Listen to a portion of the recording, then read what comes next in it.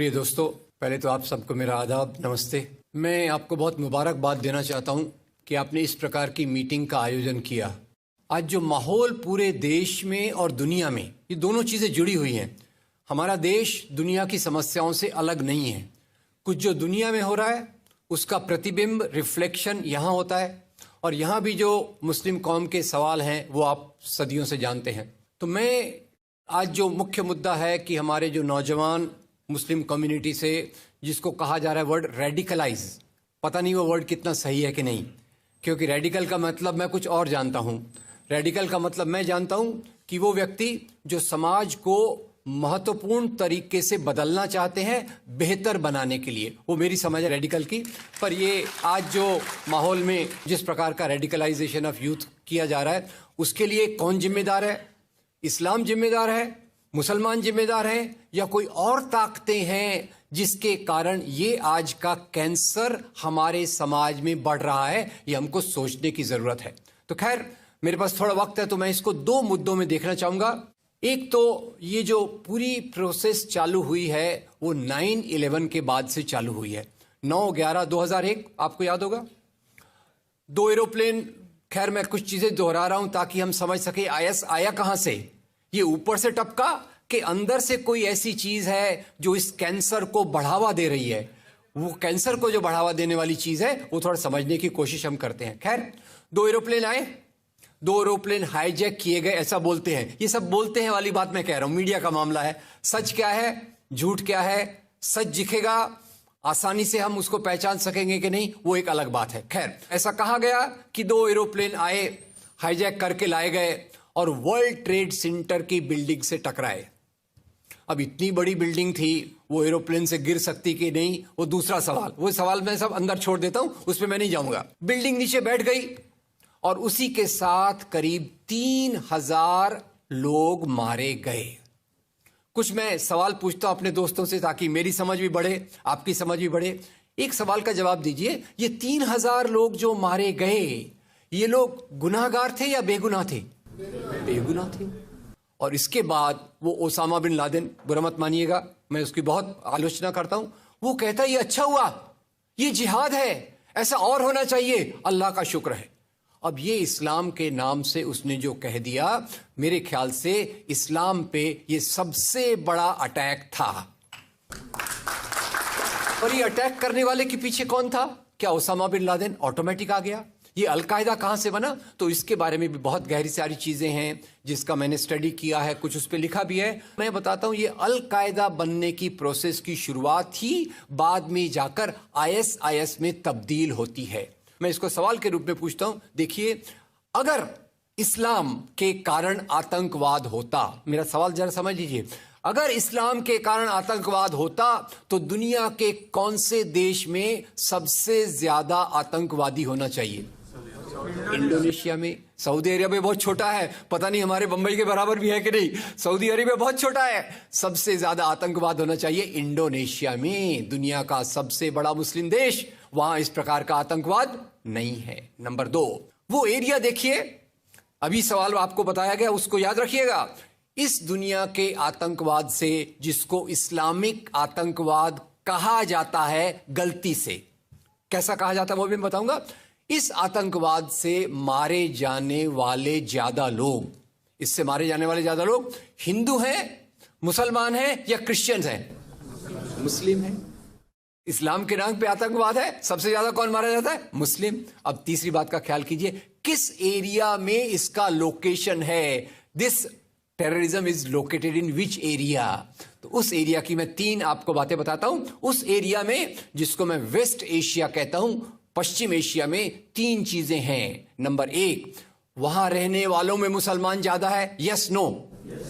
उसी एरिया में आतंकवाद ज्यादा है, उसी एरिया में तेल का खजाना है। तो आतंकवाद तेल के कारण है कि इस्लाम के कारण है? तेल के कारण है। और तेल का कब्जा कौन करना चाहता है? तेल का कब्जा वो ताकत करना चाहती है जो वॉशिंगटन में बैठे हुई पूरी दुनिया को नचाते रहती है। काम करने वाला कोई और गुनाहगार कोई और बनाया गया। अब ये आया कैसे? तो तो आपको बता दूं कि ये अल कायदा के जो मदरसे, अब मदरसा अपने आप में खतरनाक शब्द उसमें कर देते हैं, कुछ मदरसों में इस आतंकवाद की ट्रेनिंग दी गई इस्लाम के कारण, गलत। ये जो मदरसों में आतंकवाद की ट्रेनिंग दी गई, उसके पीछे भी जो हाथ था, दो चीजों का था। सबसे बड़ा हाथ था अमेरिका का।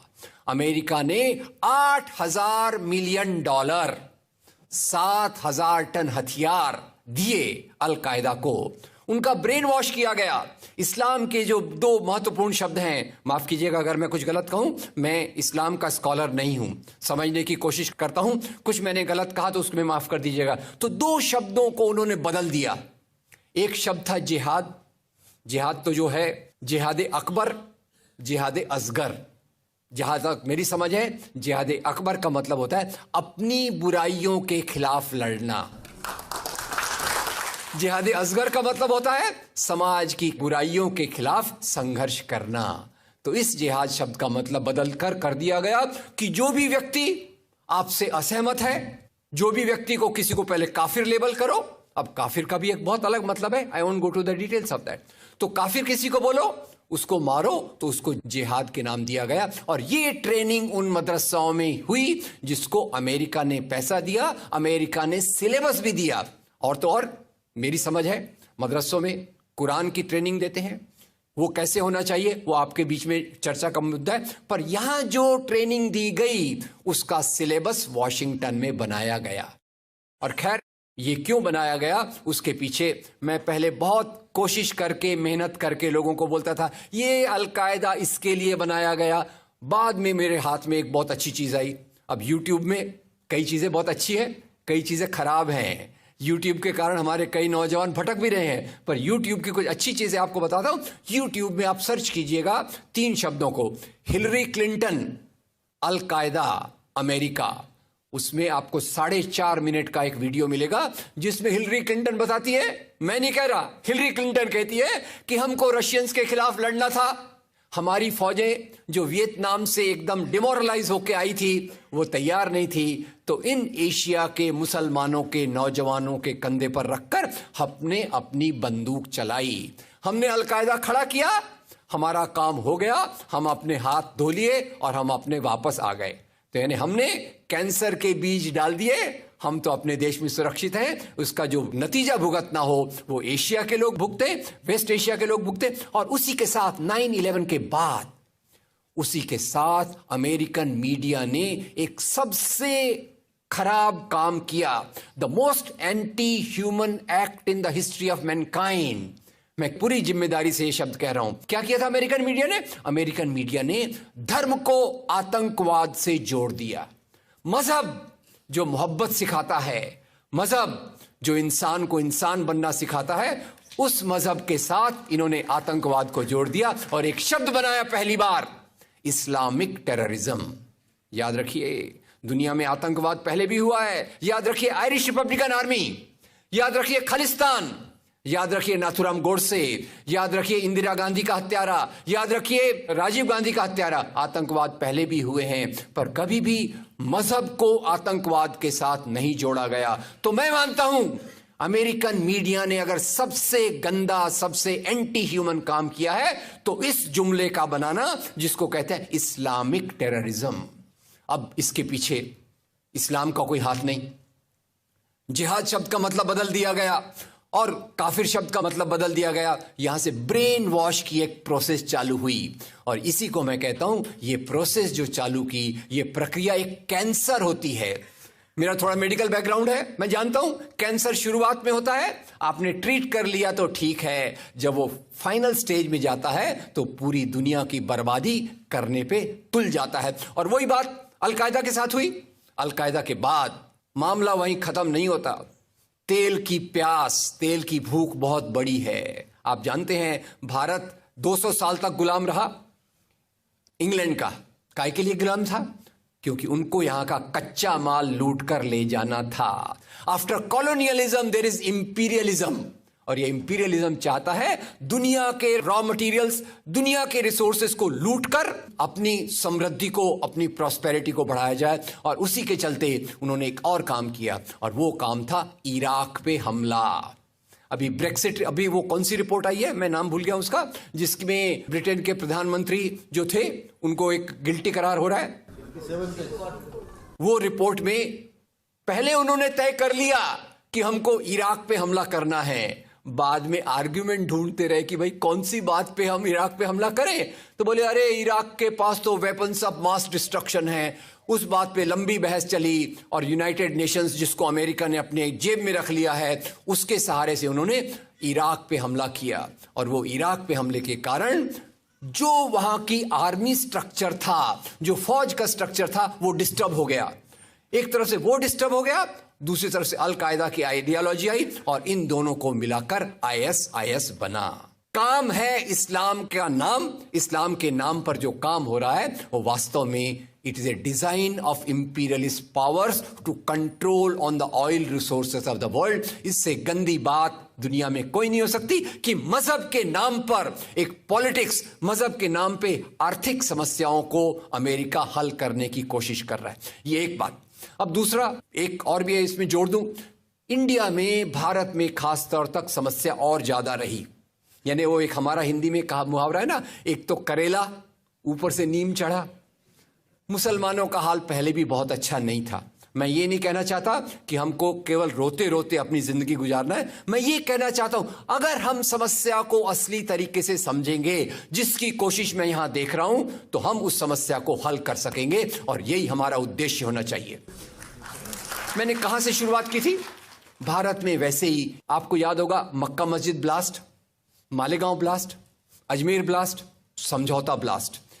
हर एक ब्लास्ट के बाद मैं बहुत तकलीफ से पढ़ता था, मालेगांव में ब्लास्ट हुआ, 25 नौजवान, मुसलमान नौजवानों को पकड़ा गया आरोपी के रूप में।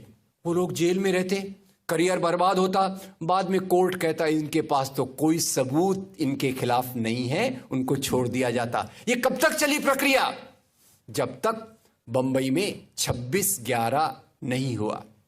हेमंत करकरे, इशारों में बात, मैं वही बात समाप्त कर देता हूं। There are prejudices against a particular community, और ये प्रिजुडिसेस की शुरुआत ये जो इस्लामिक टेररिज्म शब्द से हुई, और उसके पहले भी इंडियन हिस्ट्री में, इंडियन हिस्ट्री को मिसयूज करके मुसलमानों को बदनाम करने की कोशिश की गई। ये मैं वार्निंग इसलिए दे रहा हूं कि हम जितना समस्या को समझेंगे उतने अच्छे से उसका समाधान कर सकेंगे। तो इसकी शुरुआत कहां से हो सकी है? अरे भाई मुसलमान राजा वेरी बैड, ये मेरा फेवरेट टॉपिक है। इसलिए नहीं कि मैं राजाओं को चाहता हूं, इसलिए कि मैं डेमोक्रेसी को चाहता हूं, और मैं नहीं चाहता कि डेमोक्रेसी राजाओं के नाम पर खत्म कर दी जाए। राजा, मुसलमान राजा वेरी बैड बोले, अरे भाई एक हाथ में तलवार, एक हाथ में कुरान लेके आए, और यहां उन्होंने इस्लाम लोगों पे लाद दिया। लोग जनरली सुन लेते, मुसलमान राजा आए, एक हाथ में तलवार, एक हाथ में कुरान। पर एक आपको वाकया सुना दूं, एक कॉलेज में गया था मैं, तो कुछ अजब ही वाकया निकला। मैं जब स्टूडेंट्स को बोला देखो भाई लोग कहते हैं मुसलमान राजा एक हाथ में तलवार, एक हाथ में कुरान लेके आए, तो 5-6 स्टूडेंट खड़े हो गए। बोले सर ये कैसे हो सकता है? बोले अगर राजा के एक हाथ में तलवार है, एक हाथ में कुरान है, तो घोड़ा कैसे चलेगा? मैंने कहा ये तो मुझे भी नहीं पता। फिर मैंने स्टडी किया, और ये पता चला मुझे कि भारत में सबसे पहले जो इस्लाम आया वो राजाओं के माध्यम से नहीं आया। मैं तो यहां तक भी कहता हूं इस्लाम राजाओं के माध्यम से नहीं आया, इस्लाम संतों के माध्यम से आया, इस्लाम मोहब्बत के रास्ते से आया। इस्लाम आया क्योंकि यहां की जाति व्यवस्था से लोगों को बाहर निकलता था। जाति व्यवस्था का अत्याचार, लोग उससे मुक्ति पाना चाहते थे। उन्होंने संतों को देखा, इस्लाम के मानने वालों को देखा, और वहां से उन्होंने इस्लाम का रास्ता अख्तियार किया। भारत में पहला इस्लाम कहां आया? पहला इस्लाम उत्तर भारत में नहीं आया, दिल्ली में नहीं आया, वो आया केरल में। केरल में चेरामन जुम्मा मॉस्क जो है, मैं अभी अभी गया था, देखकर मुझे बहुत खुशी हुई कि ये भारत है जहां एक तरफ इस्लाम भी आता है, एक तरफ क्रिश्चियनिटी भी आती है, और यहां का हिंदू धर्म तो चलता ही रहता है। तो खैर वो एक बदनामी। फिर बदनामी देखो भाई, हमारे हिंदू राजा, मुसलमान राजा वेरी, ये मुसलमान राजा वेरी बैड, जैसे हमारे राजाओं को उन्होंने ये किया वो किया। कल भी, मैं कहना नहीं चाहता, जान दीजिए, छोड़ दीजिए, बादशाह और राजा में फर्क किया जा रहा है कि भाई बादशाह लोग लड़ाई करते समय गाय को सामने रख देते थे। खतरनाक बात कही दी गई है। This is totally false, malicious, stupid. ऐसा हो ही नहीं सकता। अब क्यों? क्योंकि हिंदू मुसलमान राजा थे, कोई वो धर्म के कारण नहीं लड़ रहे थे। एक ही आपको लड़ाई का किस्सा बता दूं।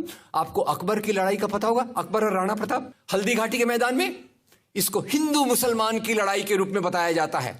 मैंने स्टडी किया तो पता चला हल्दी घाटी में जब ये लड़ाई चल रही थी, अकबर की फौज में अकबर नहीं है। तो अकबर की फौज का लीडरशिप किसके पास में है? अकबर की फौज की लीडरशिप जिसके हाथ में है उसका नाम है राजा मान सिंह। एक्सक्यूज मी, अकबर खुद नहीं है और राजा मान सिंह उनका कमांडर इन चीफ, और उनके अंडर में काम करता है वो प्यारा सा राजकुमार, मेरा बहुत बड़ा फेवरेट है, शहजादा सलीम। तो राजा मान सिंह और शहजादा सलीम इधर हैं, और राणा प्रताप के साथ उनके जो असिस्टेंट थे उनका नाम था हकीम खान सूर। दोनों तरफ हिंदू, दोनों तरफ मुसलमान। तो क्या ये हिंदू मुसलमान की लड़ाई है या दो राजाओं की लड़ाई है? दो राजाओं की लड़ाई है। ये लड़ाई मजहब के लिए है कि सत्ता के लिए है? सत्ता के लिए।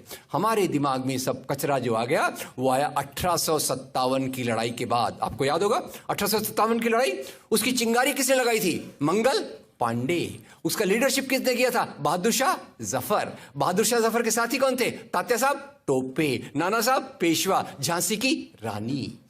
हिंदू मुसलमान मिलकर अंग्रेजों के खिलाफ लड़े, अंग्रेजों की सत्ता डगमगा गई, और उन्होंने यहां जो पॉलिसी लगाई वो थी फूट डालो और राज करो। और वहीं से हिंदुओं के मन में मुसलमानों के लिए नफरत, मुसलमानों के मन में हिंदुओं के लिए गैर भाव, ये वहां से चालू होता है। ये भारत वो देश है जहां एक तरफ सूफी संत है, एक तरफ भक्ति संत है, एक तरफ ऐसे ऐसे जिसका प्रतिबिंब मैं बताने जाऊं तो बहुत बड़ी बात है। एक ही किस्सा बता देता हूं आपको।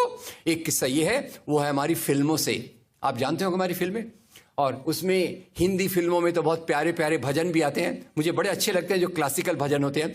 अभी हिंदी फिल्मों के 2004 में 100 साल हुए तो एक लिस्ट आई कि भारत के सबसे अच्छे 10 भजन कौन से हैं। तो उस भजन में जो सबसे ऊपर आया वो भजन था मन तरपत हरि दर्शन को आज। मन तरपत हरि दर्शन को आज। उसका डिटेल मैंने देखा तो इनके लिखने वाले का नाम है शकील बदायूनी, गाने वाले का नाम है मोहम्मद रफी, और संगीत जिसने दिया है उसका नाम है नौशाद अली।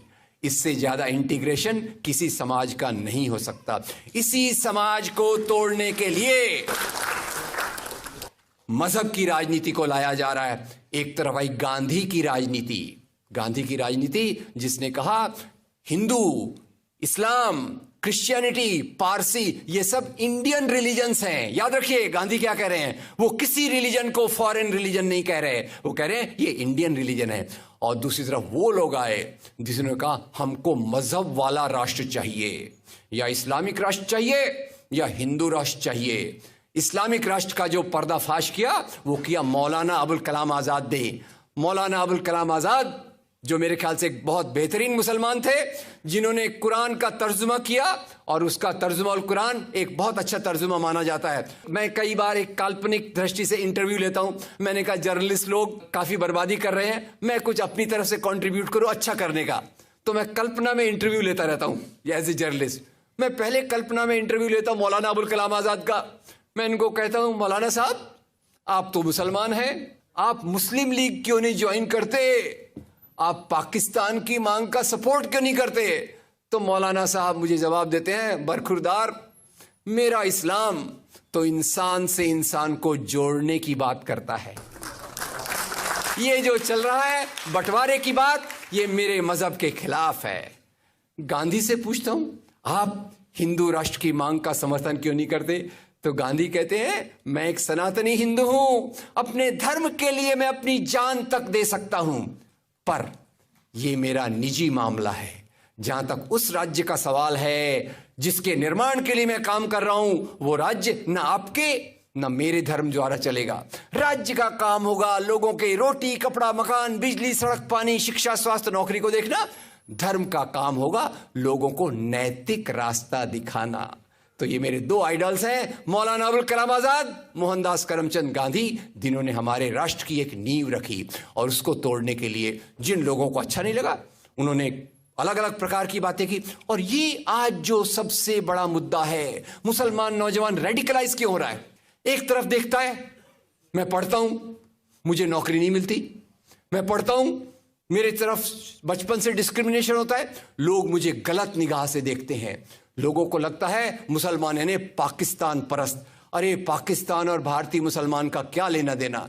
जब पाकिस्तान बना था तो लोगों के पास चॉइस थी कि आप चाहें तो पाकिस्तान जा सकते हैं, पर आपको याद है भारत के उस समय 25% मुसलमान थे, वो उसमें से केवल 13% पाकिस्तान के हिस्से में गए और उतने ही हिस्सों ने कहा ये हमारा मादरे वतन है, हम यहीं रहेंगे, यहीं मरेंगे, यहीं अपना संघर्ष करेंगे। ये किसी की दया माया के आधार पे यहां नहीं रहते, they are equal and full citizens of the country. पर एक विचारधारा है जो मजहब के नाम पे चलती है, जो कहती है हमारी परंपराएं, वास्तव में हमारी सबसे बड़ी परंपरा है वसुधैव कुटुंबकम। अरे भारत की बात क्या करते हो, पूरी दुनिया की बात करो, पूरी दुनिया मेरा परिवार है। जब मैं पूरी दुनिया को परिवार मानता हूं तो अपने लोगों को अपना क्यों नहीं मानता? क्यों मैं डेमोनाइज करता हूं? अरे ये मस्जिद तोड़ी, अरे ये उन्होंने धर्मांतरण किया, अरे वो खाने की चीज ऐसी है। अब खाने पीने की चीज आई तो मन में बात आ गई, गांधी जी का मैं बहुत रास्ता लेता हूं, मैं अपना साहित्य आज लाया नहीं, तो गांधी जी को आजादी के बाद राजेंद्र प्रसाद जी जाकर कहते हैं बापू, सब उनको बापू कहते हैं, बापू मेरे पास सैकड़ों हजारों पोस्ट कार्ड आए जो कह रहे हैं कि गाय के खाने पे बंदिश लाओ। अब गांधी जी एक गौ भक्त, गांधी जी गाय का आदर करते, गांधी जी एक हिंदू, गांधी कहते हैं राजेंद्र बाबू ये कभी नहीं हो सकता, ये जो खाने पीने पे बंदिश, हमारे आर्थिक तरीकों पर बंदिश तभी लाई जा सकती है जब देश के अल्पसंख्यक और समाज के वो टुकड़े, समाज के वो तक जो इसका उपयोग करते हैं, जब तक वो इसकी मांग नहीं करते इसको लागू नहीं किया जाना चाहिए। और आज क्या हो रहा है, उसी के नाम पे कहीं अखलाक को मारा जा रहा है, कहीं दलितों पे अत्याचार किया जा रहा है। तो ये जो राजनीति का तरीका है वो समझने की जरूरत है। खैर सारांश में सवाल जवाब हम करेंगे। मेरी कुछ सलाह है, सलाह ये है कि देखिए जो भी राजनीति चलती है सबकी शुरुआत हमारी सोच से होती है। What I think is the beginning of my politics। तो इसमें अलग अलग कौम के लोग क्या सोचते हैं, मुसलमानों के बारे में, क्रिश्चियन के बारे में भी, खैर उनको भी जोड़ लीजिए, दलितों के बारे में, ये सब हमारे समाज के जो तबके आज जिन पर निशाना बनाया जा रहा है, डायरेक्टली इनडायरेक्टली, छुपा हुआ या खुलेआम जो निशाना बजाया जा रहा है, लोग धर्म की पहचान को प्राइमेसी देने लग गए हैं। हमारी जो पहचान है, सबसे पहली पहचान इंसानियत की, उसके बाद उसी के साथ पहचान हमारी इंडियननेस की। ये पहचान को पीछे रखकर अरे वो मुसलमान है, वो हिंदू है, ये हमारा मंदिर है, ये हमारी माता है, ये इस प्रकार की चीजें जो आ रही हैं, ये एक राजनीति के कारण है, जो राजनीति अंग्रेजों के आने के दौरान चालू हुई। ये भी आपको बता दूं कि हिंदू राष्ट्रवाद कोई पुरानी कल्पना नहीं है। Hindu nationalism, Muslim nationalism, they began during the British period. ये कॉलोनियल प्रोडक्ट है। एक तरफ इंडियन नेशनलिज्म आया, दूसरी तरफ उसका विरोध करने के लिए हिंदू नेशनलिज्म और मुस्लिम नेशनलिज्म आए। ये पुराने तबकों से आए, दकियानूसी तबकों से आए, जो पीछे देखना चाहते हैं। जो इंडियन नेशनलिज्म, ये आगे जाकर समाज को एक अच्छे तरीके पे करना चाहता है। तो खैर ये बहुत सारी चीजें हैं जो हमने कभी आराम से फुर्सत से डिस्कस करना चाहिए। मेरे यूट्यूब वीडियोज में भी बहुत कुछ मैंने ये डालने की कोशिश की है, पर आज हम करें क्या? सवाल है, विश्लेषण अच्छा हो रहा है, पर सवाल ये है कि हम इस समाज में अपनी जगह एक इज्जत की, डिग्निटी की, बराबरी की कैसे बनाएं, ये हमारे लिए एक बहुत बड़ी चुनौती है। तो आज मेरे साथ जो होता है, आपके साथ जो होता है, उसका आधा कारण है बाहर के लोग हमारे साथ क्या सोचते हैं, और वहां एक सही समझ कि मुस्लिम राजा ऐसे थे, इस्लाम क्यों आया, जो पॉलीगैमी क्या है, इस्लाम के मूल्य क्या है, इस्लाम कैसे जेंडर जस्टिस देता है। याद रखिए, यहां मैं इस्लाम का स्कॉलर नहीं हूं, सॉरी फॉर दैट। मेरे एक दोस्त थे, मरहूम दोस्त, मैं उनका बहुत इज्जत करता था, असगर अली इंजीनियर। थोड़ा बहुत मैंने सीखने की कोशिश की, उन्होंने मुझे बताया Islam was the first religion to give equality to women. ये बात मैंने अपने यहां लिख के रख ली। वो आज हमारे समाज में कहाँ हैं, वो एक देखने की जरूरत है। खैर बहुत सारी चीजें इंसानियत की मैं उनसे सीखा, कुछ कुछ इधर उधर पढ़ के सीखा। तो सवाल यह दोस्तों, ये सही बातें लोगों तक ले जाना जरूरी है। जिस स्कूल में बच्चे पढ़ते हैं, जिस कॉलेज में स्टूडेंट्स जाते हैं, जो यूथ क्लब्स में स्टूडेंट हैं, अगर बाकी लोग सोचते रहे अरे भाई ये मुसलमान है, मुसलमान तो ऐसे होते हैं, ये इस्लामिक आतंकवाद पे आते हैं, तो उसके कारण हमारा समाज अच्छा कैसे चल सकता है। दो मुसलमान जाते हैं, कभी एक फिल्म भी देखिएगा, सलीम लंगड़े पे मत रो, उसमें एक मुसलमान नौजवान की साइकोलॉजी 20 साल पहले की बताते हैं। अब तो हालात पहले से खराब हैं, और उसको सुधारने के लिए अगर हालात खराब हैं तो हमारी कोशिशें पहले से 10 गुना ज्यादा होना चाहिए। हालात खराब है का मतलब ये नहीं कि हम डिप्रेस होकर बैठ जाएं। हमारे सामने चुनौतियां ज्यादा हैं। चुनौती क्या है? नंबर 1, लोगों के जहन में जो ये बस चुका है ग्लोबल मीडिया के कारण, लोकल मीडिया के कारण, लोकल पॉलिटिक्स के कारण, उसको दूर करने के लिए एक मल्टी लेयर्ड प्रोग्राम चलना चाहिए। कम्युनिटीज के अंदर पीस सेंटर, पीस एक्टिविस्ट की ट्रेनिंग देना चाहिए, और वो ट्रेनिंग जो हो उसका आधार क्या होना चाहिए। ये ट्रेनिंग हमारे जो नौजवानों के लिए, यूथ सेंटर के लिए, मेरे लिए 3 फाउंडेशंस हैं पीस एक्टिविस्ट के सिलेबस के लिए। नंबर 1, सभी धर्मों के मॉरलिटी का आदर करना, that is the foundation of my understanding. Number 2, आजादी के आंदोलन के दौरान गांधी, मौलाना अबुल कलाम आजाद, अंबेडकर, नेहरू, इनके कारण जो भारतीय संविधान बना, उनके वैल्यूज के आधार पे हमारी बातचीत चलना चाहिए। बात यहीं खत्म नहीं होती, बात भविष्य की भी है। आगे हम किधर देखें? आगे हमने देखना चाहिए United Nations charter of human rights. शायद कई लोग भूल गए होंगे, यूनाइटेड नेशंस नाम की कोई चीज थी जिसने दुनिया की इंसानियत को साथ मिलाकर नए नए सिद्धांत बनाए, इंसानियत की बातें की। तो तीसरा होना चाहिए, उस इंसानियत की तरफ जाने के लिए हम क्या करें। 1, इसमें सही इतिहास क्या है। रोमिला थॉपर, बिपिन चंद्र, हरबंस मुखिया, RS शर्मा, इन लोगों ने बहुत अच्छी अच्छी चीजें की है। हम में से कुछ छोटे छोटे लोगों ने उनको समरी बना के रखने की कोशिश की है।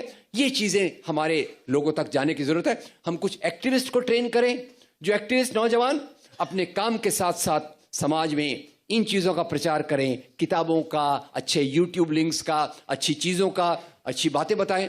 अच्छी फिल्में बहुत अच्छा एकता का माध्यम हो सकती है, कुछ फिल्म क्लब बनाएं, तो बहुआयामी multi layered programmes can be there. As we are talking about Islamic education, schools, उसी के साथ मैं चाहूंगा कि एक पैरेलल एजुकेशन भी चले, जो लोगों की जहनियत, लोगों की सोच को बदलने में कामयाब हो, और वहीं शुरुआत होती है हमारी इस बात की। नंबर 1।